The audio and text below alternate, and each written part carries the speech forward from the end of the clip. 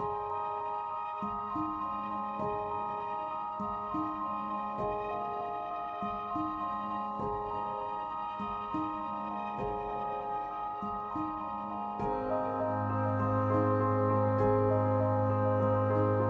to Getting It Right by the New Zealand Society of Genealogists.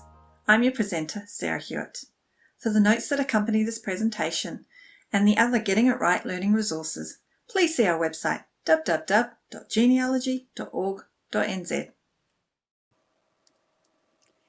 This presentation is on recording conventions. It's very important that we're consistent in the way that we record information that we find in our research. Most importantly, it makes our research look credible, and that's quite important. So in this presentation, we're going to look at names, dates, and places. Starting with names. Where do we record names?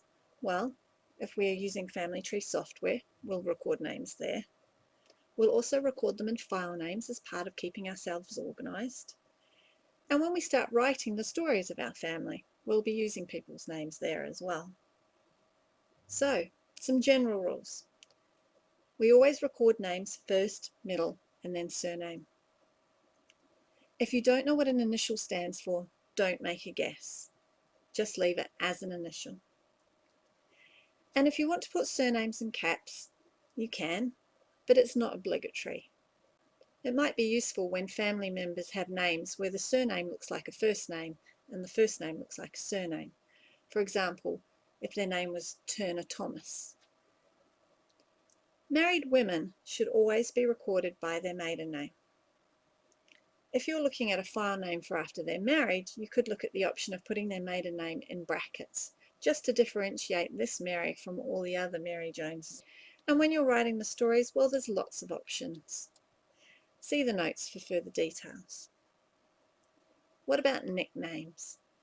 Well, generally speaking, you put them in inverted commas. So if you're doing them on your family tree, you'd record it like this. Or if it has an AKA field, you can use that. File names, you can't use inverted commas, so you just would spell it out like I've put in the example here.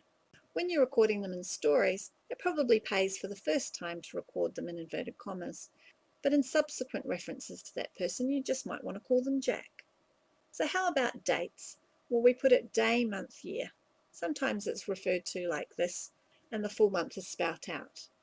Many family tree programs will shorten it just for space considerations. The main reason we do this is to prevent confusion with American dating. The 10th of February written in numerals is actually the 2nd of October in America. We don't want to be that confused. Sometimes you'll see dates recorded a bit differently. This has to do with changes in calendars. Back in the day, the 1st of January was not the first day of the year. It was actually the 25th of March. And in the years where this calendar is being used, the Julian calendar, you'll find that dates are recorded in a double dating format, which is there are 2 years. Because in the Julian calendar, the 1st of January 1731 is in 1731, but in the Gregorian calendar, which we now use, it's in 1732. It does kind of explain why the last 4 months of the year don't fit the numbers in their titles, because when we used the Julian calendar, the first month of the year was March, and so September, October, November and December were the 7th, 8th, 9th and 10th months. Now you know. The changeover from Julian to Gregorian calendar took place at different times in different jurisdictions. If you're like me and you had mainly British ancestry, then the key year to note is 1752. However, you'll note as you look down the list that many countries didn't change over until the 20th century. Record the date as it stood in the calendar. In the notes, I've included details of other calendars that are running concurrently with the Gregorian calendar that we use here in New Zealand. So have a look. Now let's look at locations. Locations are pretty simple, really. It's like addressing an envelope.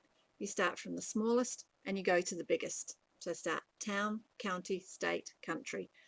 And if you need to omit one, well then you omit it. We should try and record the location as it was when the record was created. That can be a little bit difficult sometimes.